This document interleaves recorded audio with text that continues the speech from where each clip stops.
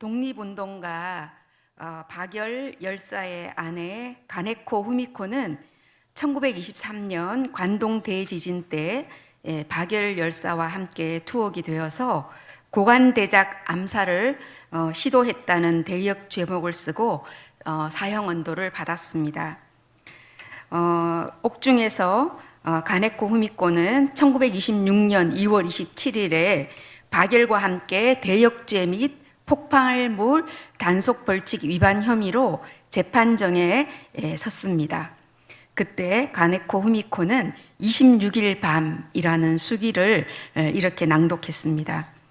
나는 박열을 알고 있다. 박열을 사랑하고 있다. 그가 갖고 있는 모든 과실과 모든 결점을 넘어 나는 그를 사랑한다.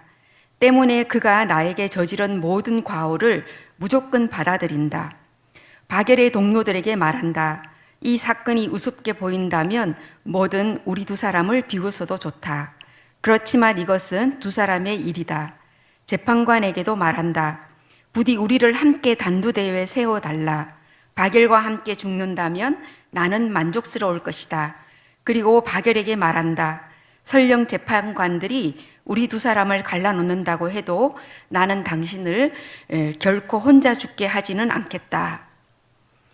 국적을 불문하고 이렇게 한 남성을 존중하고 사랑하는 이 가네코 후미코의 희생은 박열 열사에 대한 강철과 같은 믿음과 사랑으로 우리를 감동하게 합니다.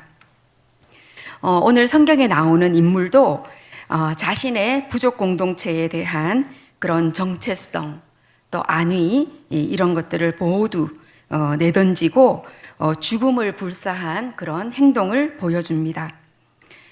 이 인물은 가나안 사람이 아닌 이스라엘 사람이 아닌 가나안의 여리고 성읍에 사는 한 여성으로 그 여성의 이름은 잘 아시다시피 라합입니다. 라합은 여리고성에 살고 있으면서 성벽에 거주하는 기생이라고 그렇게 성경은 소개를 합니다. 라합이 이렇게 당당히 성경에 이름을 올린 이유는 출애굽한 이스라엘 백성들이 가나안에 입성할 때에 첫 번째 관문인 여리고성을 정복하는 장면에서 가나안에 들어가도록 이렇게 도움을 결정적으로 준 그런 인물이기 때문입니다. 이 라합은 동족인 여리고성 사람들을 배반했고 또 여리고성에 거주하는 모든 생명의 씨앗을 말려버리는 데에 아주 결정적이고도 중요한 역할을 했습니다. 하지만 라합은 이스라엘 민족의 입장에서 봤을 때에는 하나님이 약속하신 땅 가나안에 입성하도록 도움으로써 여호수아와 함께 당당히 그 이름을 성경에 올렸습니다. 가나안에 입성할 때에 그 성경에 올려진 두 사람의 이름이 있는데요. 그 이름은 바로 여호수아와 라합입니다. 중요한 역할을 했던 두 정탐꾼도 자신의 본명을 성경에 올리지는 못했습니다. 저는 오늘 이 가네코 후미코와 또 라합과 같은 여성들의 어떠한 동기가 이들을 동족으로부터 등을 돌리게 했고 또 한쪽 공동체의 배반이라는 그런 낚임과 함께 또 다른 한쪽 공동체에서는 존경과 또 추앙을 끌어내게 했는가 하는 생각을 해보게 됩니다. 이 여성들의 선택과 행동은 하나님의 구원 사역에 있어서 상당히 중요한 도구라는 그런 생각을 해보게 됩니다. 저는 오늘 이 6.25 전쟁 72주년을 올해로 이렇게 맞이하면서 우리나라와 민족에 대한 하나님의 구원의 역사를 우리 성도님들과 함께 숙고를 해보고자 합니다. 그 이유는 제가 또 라합을 참 좋아하는 그런 사람인데요. 제가 이 라합이라는 인물을 묵상하는 가운데에 라합의 그 믿음의 행동이라는 부분들을 또 저 나름의 또 여러 가지 그 주석에 대한 해석과 또 저의 깨달음과 하나님 주신 마음을 우리 성도님들과 함께 구원사역의 귀한 도구라는 관점에서 함께 나누고 싶다 하는 생각을 하면서 이 말씀을 준비했습니다. 오늘 우리가 본문을 조금 더 자세히 보면 우리가 2장 8절에서 14절까지만 읽었지만 사실은 2장 전체에 걸쳐서 이 여리고성에 대한 정복의 과정들을 쭉 설명을 하고 있습니다. 또 여호수아서 6장 25절 이하에 라합과 그의 아버지의 가족과 그리고 라합에게 속한 그 모든 것들이 살고 여리고성에는 뭐 생명의 씨앗 하나 남김없이 다 멸절당했지만 이 라합에게 속한 모든 생명들은 살아남고 또 긴 기간 동안 가나안 땅에서 이스라엘 백성과 함께 거주하였다 하는 그런 결론적인 라합의 이야기를 맺고 있습니다. 출애굽한 이스라엘 백성이 드디어 하나님이 약속하신 땅 가나안을 눈앞에 두고 이 여호수아는 여리고성을 점령하기 전에 2명의 스파이를 정탐꾼을 보냅니다. 그런데 오늘 성경을 보면 이 정탐꾼들은 라합의 집으로 곧장 들어가는 모습을 볼 수가 있습니다. 그리고 라합은 마치 기다리기라도 한 것처럼 이 정탐꾼들에게 도움을 주게 되죠. 두 정탐꾼들이 알고 싶은 그 정보를 여리고성에 많은 사람들이 이스라엘 백성이 이집트에서 탈출했다는 소식, 그리고 이스라엘 민족들이 지나가는 곳마다 하나님의 도움을 통해서 여러 큰 그 민족 공동체들을 무너뜨리고 드디어 이제 가나안의 코앞에 와 있다라는 사실. 그래서 여리고성 사람들은 지도자들과 백성들이 모두 다 불안에 떨고 있다라는 그러한 중요한 정보를 입수를 하게 됩니다. 그리고 이제 라합은 이 두 정탐꾼이 무사히 여리고성을 빠져나가서 그 자신의 진영들로 돌아갈 수 있도록 아주 구체적인 그런 세밀한 전략을 세우고 또 그렇게 안내하는 모습을 볼 수 있습니다.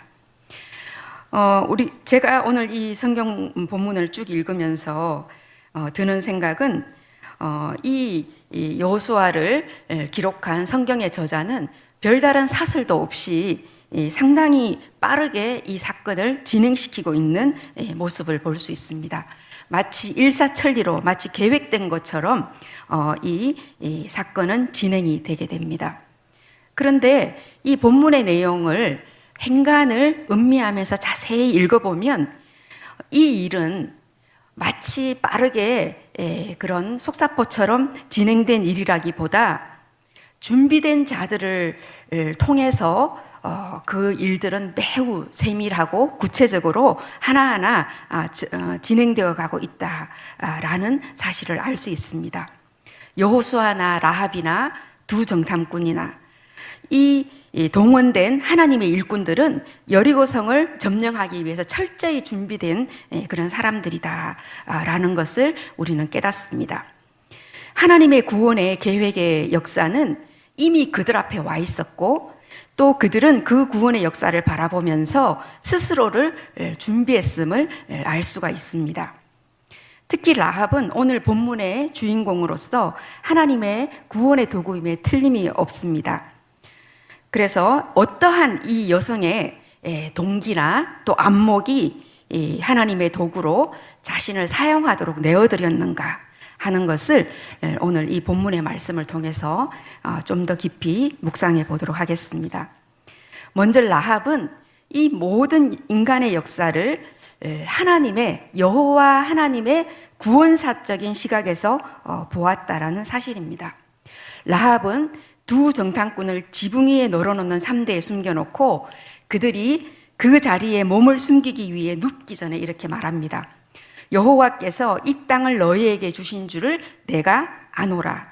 우리가 너희를 심히 두려워하고 이 땅 주민들이 다 너희 앞에서 간담이 녹나니 이는 너희가 애굽에서 나올 때에 여호와께서 너희 앞에서 홍해의 물을 마르게 하신 일과 너희가 요단 저쪽에 있는 아모리 사람의 두 왕 시혼과 옥에게 행한 일 곧 그들을 전멸시킨 일을 우리가 들었습니다. 우리가 듣자 곧 마음이 녹았고 너희로 말미암아 사람이 정신을 잃었나니 너희의 하나님 여호와는 위로도 하늘에서도 아래로는 땅에서도 하나님이시니라. 이렇게 이야기를 합니다. 이 당시에 여리고는 가나안으로 들어가는 관문입니다. 사실 이 가나안의 전체 지역은 그 당시에 대제국인 이집트의 지배하에 있었는데 이집트는 이 주변 지역을 행정구역으로 편입시키질 않았습니다. 그 대신에 성읍국가로 인정을 해주고 그 왕들에게 책임을 부여하고 많은 조공을 바치게 함으로써 그 지배체제를 유지하였습니다.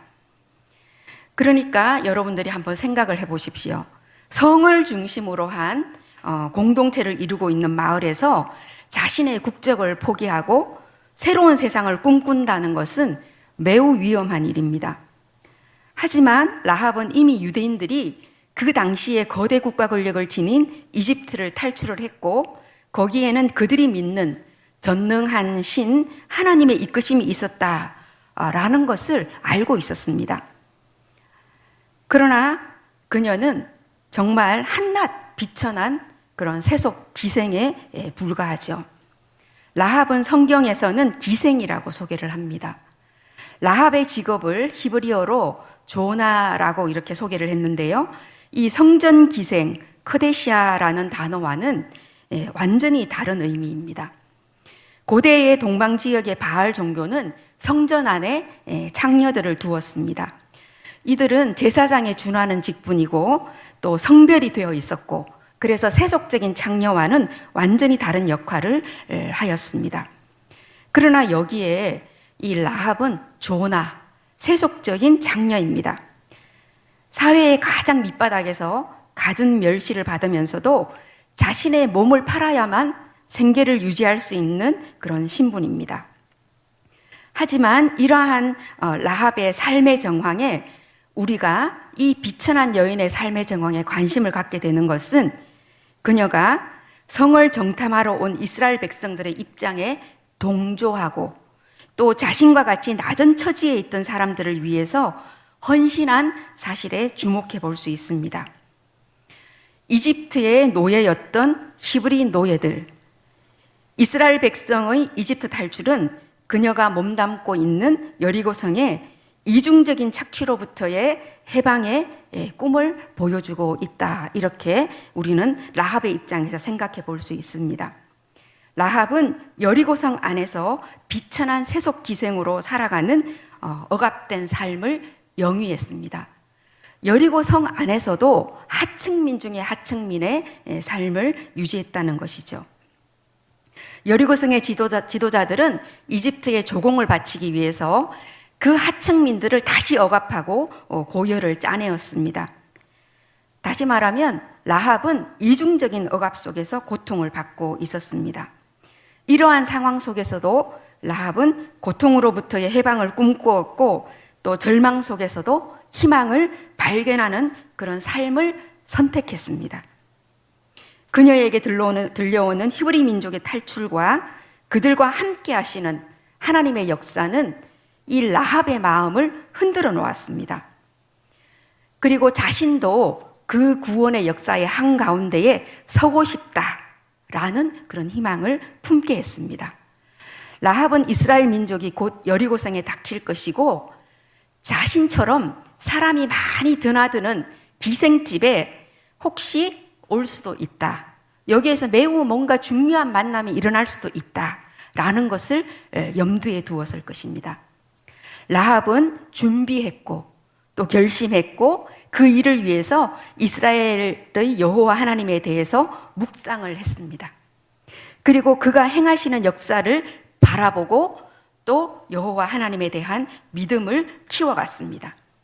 이러한 라합의 믿음의 결실에 대해서 하나님께서는 또 그 믿음에 믿음을 더하셨고 또 그녀를 자신의 도구로 서슴없이 선택하셨고 지혜와 용기를 주셨다는 것을 오늘 우리는 이 라합의 이야기가 쭉 진행이 되는, 정말 군더더기 없이 흘러가는 그 이야기들 속에서 그 하나님의 행하심을 정말 힘차게 느낄 수가 있습니다.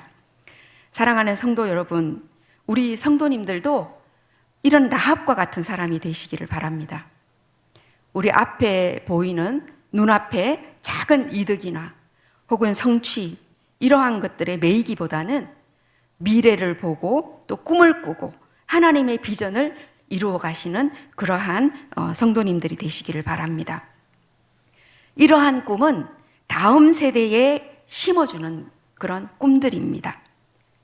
하나님의 구원사적인 역사적인 전망을 조망하면서 큰 꿈을 품어야 하고 그 꿈을 다음 세대들과 나누면서 전해주어야 하는 것이 바로 우리 이 크리스찬들의 정말 사명입니다.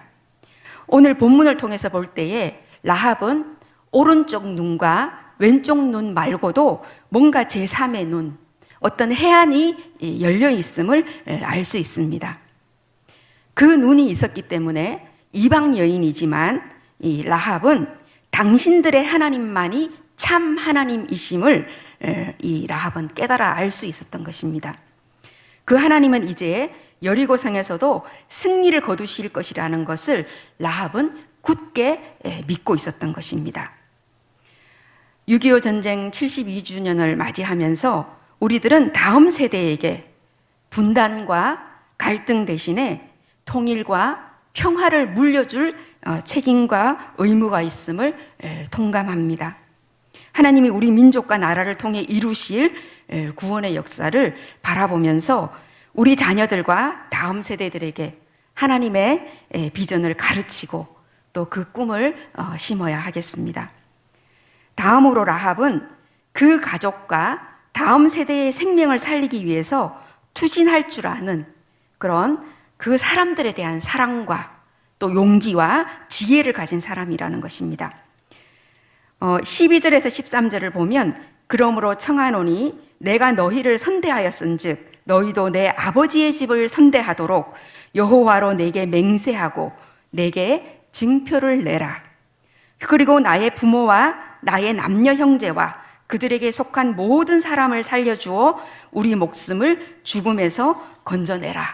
이렇게 두 정탐꾼에게 요청을 합니다. 라합은 가족들을 사랑했습니다. 세속기생으로 비천한 삶을 살아낼 수 있었던 것은 그녀가 가족을 사랑했기 때문입니다. 오늘 말씀을 시작하면서 소개한 이 가네코 후미코도 애국지사 바결을 매우 사랑했습니다. 그녀가 그를 깊이 이해하고 사랑한 것은 그녀가 자신의 조국인 일본을 등지고 또 식민조선의 독립과 고통받는 하층민들을 위한 투신과 희생을 하도록 그녀를 이끌었습니다.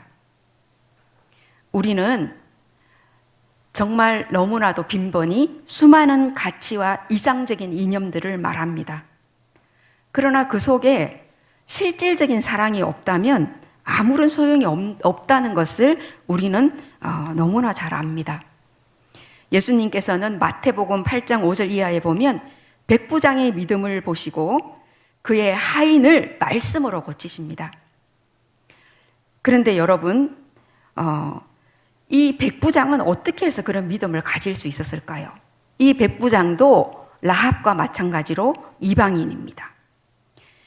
예수님께서는 백부장의 믿음을 보시고 이스라엘의 이만한 믿음을 보지 못하였노라 이렇게 칭찬을 하십니다.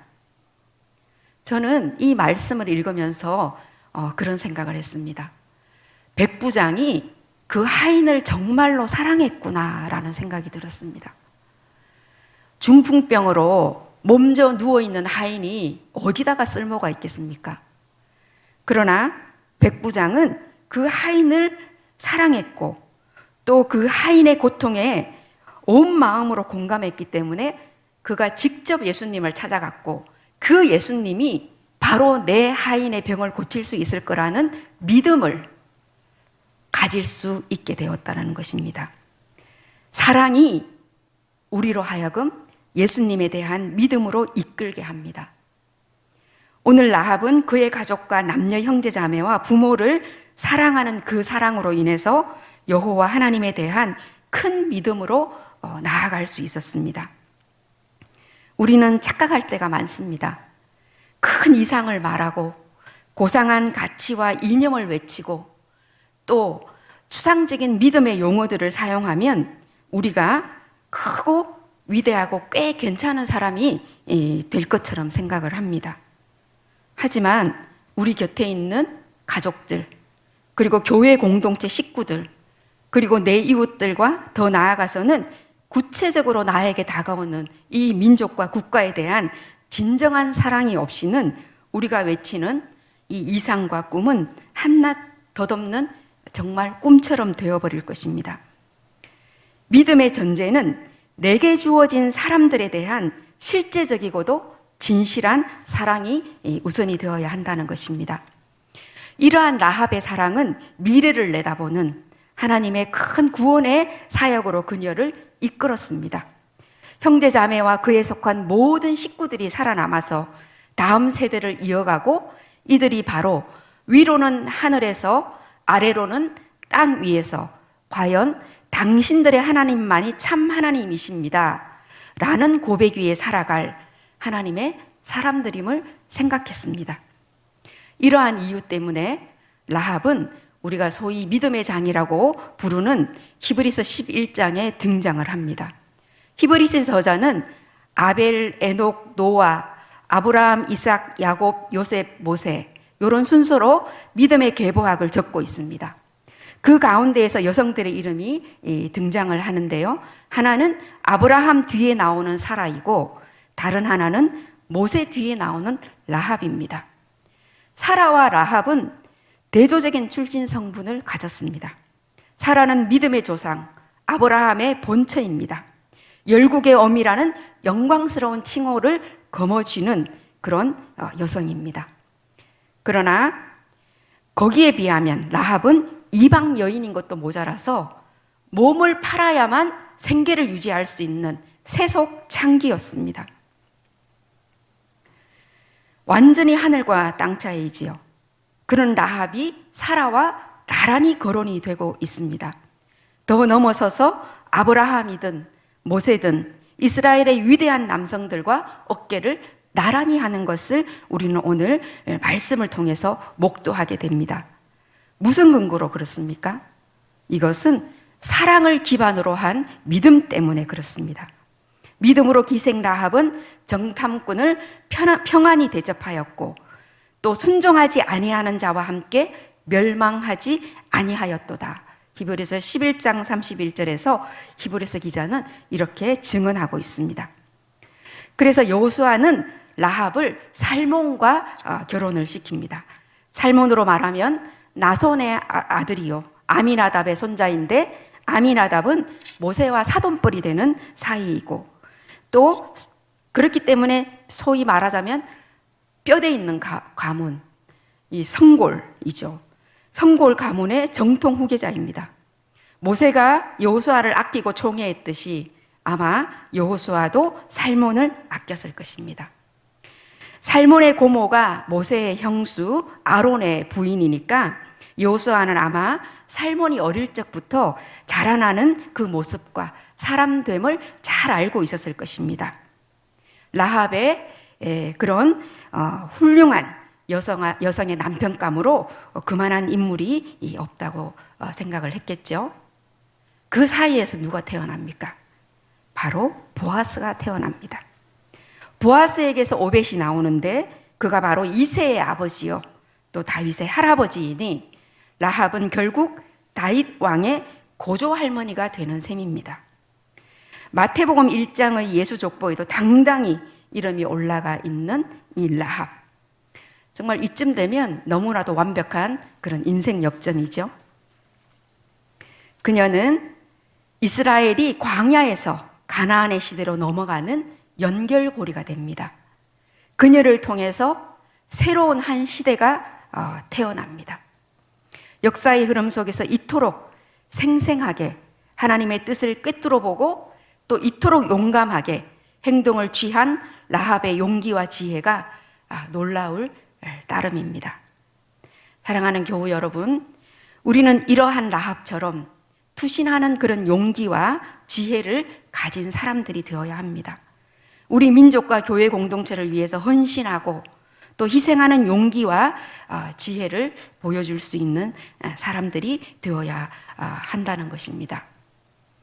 우리가 교회에서 다음 세대를 교육할 때 혹은 가정에서 자녀들을 교육하고 그 양육할 때에 우리는 정말 이 두 가지가 균형을 이루는 그러한 교육과 양육이 되어야 된다라는 생각을 하게 됩니다. 내가 자녀를 오로지 나의 인간적인 생각으로만 혹은 나의 기대나 혹은 나의 불안으로만 그 아이를 사랑하고 키운다면 그 아이는 자기밖에 모르는 그런 사람이 될 것입니다. 그러나 오늘 라합처럼 미래를 내다보고 하나님의 비전과 꿈과 용기를 지닌 자녀, 하나님의 구원사적인 시각을 정말 어릴 적부터 배우고 열망하는 그런 자녀, 이 두 가지가 함께 균형 있게 우리 교회 교육에 적용이 되고 또 우리 자녀들에게 교육이 되어질 때에 우리 자녀들은 바로 이 라합처럼 하나님의 구원사의 반열에서 놀라운 도구들이 될 것이라 생각을 합니다. 제가 지난번 강의에서 우리 중년기에는 돌봄이라는 그러한 덕목을 가져야 된다고 말씀을 드렸습니다. 바로 이 돌봄이라고 하는 것은 그야말로 이타적인 그런 행위입니다. 내가 뭔가 받을 게 없는지, 나한테 이득이 될 게 없는지, 또 나를 재미있게 하고 즐겁게 하고 흥미롭게 하는 건 없는지, 이러한 것들에 우리는 관심을 가질 때가 많습니다. 정말 봉사나 섬김이라는 그런 명목하에도 공동체를 생각한다든지 아니면 우리 사회 전체, 우리 민족이나 국가 공동체의 이익이나 필요성에 대해서 생각하기보다는 자기 만족적인, 자기 존재감이 드러나는 그러한 섬김과 봉사를 선택할 때가 많습니다. 돌봄을 실천하는 크리스찬은, 중년기의 크리스찬은 공동체를 소중히 여기는 사람들입니다. 공동체에 대해서 책임을 질 줄 아는 사람들입니다. 이 공동체는 내 가족 공동체, 그리고 내 교회 공동체, 그리고 내가 속해 있는 지역 공동체, 사회와 민족과 국가, 그리고 이 하나님 나라라는 이 공동체라는 큰 시야를 가지고 이런 어떤 해안을 가지고 정말 더디게 가고 느리게 가더라도 진심으로 사랑하고 진심으로 내 자신을 헌신하고 라합처럼 나를 정말 희생하고 투신하는 그러한 사랑의 섬김, 또 사랑의 정말 희생, 이런 것들을 행하는 우리 교우들이 되시기를 간절히 바랍니다. 이제 여름 행사를 앞두고 있으니까 제가 미래 세대에 대한 교육에 대해서 자꾸 생각이 좀 많아지는 그런 마음이 생기는 것 같습니다. 라합을 묵상하면서 우리 자녀들이 이 두 가지의 관점을 가지고 자라나도록 우리 교회에 정말 성도들이 더욱더 열심히 노력하는 그런 교회 공동체가 되었으면 좋겠다라는 바람에서 이 말씀을 함께 나누었습니다. 기도하겠습니다. 사랑의 하나님, 비천하고 쓸모없는 존재인 우리들에게 라합과 같은 위대한 믿음의 여성을 보내주셔서 감사합니다. 아직도 분단된 조국의 강산과 허리에 정말 씻을 수 없는 비애와 고통이 가득한데 정말 우리에게 하나님의 뜻인 화해와 평화를 열어갈 수 있도록 은총을 베푸시기를 원합니다. 우리에게 지혜와 용기를 허락하셔서 하나님 참으로 돌봄을 실천할 수 있는 그러한 정말 헌신과 투신을 저희들에게 내려주시옵소서. 감사드리며 예수님 이름으로 기도합니다. 아멘.